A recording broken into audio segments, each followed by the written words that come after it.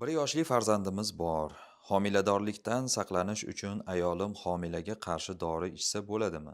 Yoki o'zi saqlanish vositalaridan foydalansa bo'ladimi? Hmm.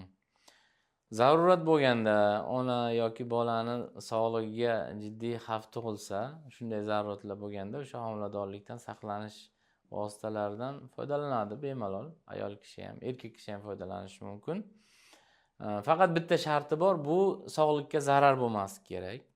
Yoki keyinchalik butunlay bepusht qo'ymaslik kerak, erkakda ham, ayolda ham. Chunki hammamizga ma'lum, payg'ambarimiz sollallohu alayhi vasallam ummatni ko'payishga targ'ib qilganlar. Sizlarni ko'pliklaring bilan faxrlanaman deganlar. Bu juda ham dolzarb bugungi kunda. Chunki o'sha xalqda o'sish, ko'payish bo'lsa, u xalqni kuch-quvvati oshib boraveradi har tomondan. Tug'ilish to'xtagandan keyin xalqning kuchi so'na boshlaydi. Shuning uchun bu savol berilishi ham o'zi bejizga emas. Chunki mana shu musulmonlar bilishadi payg'ambarimiz alayhisolamning targ'ibi borligidan. Hozir biz shu targ'ibotga zid ish qilib qo'yapmizmi degan ma'noda so'rashyapti.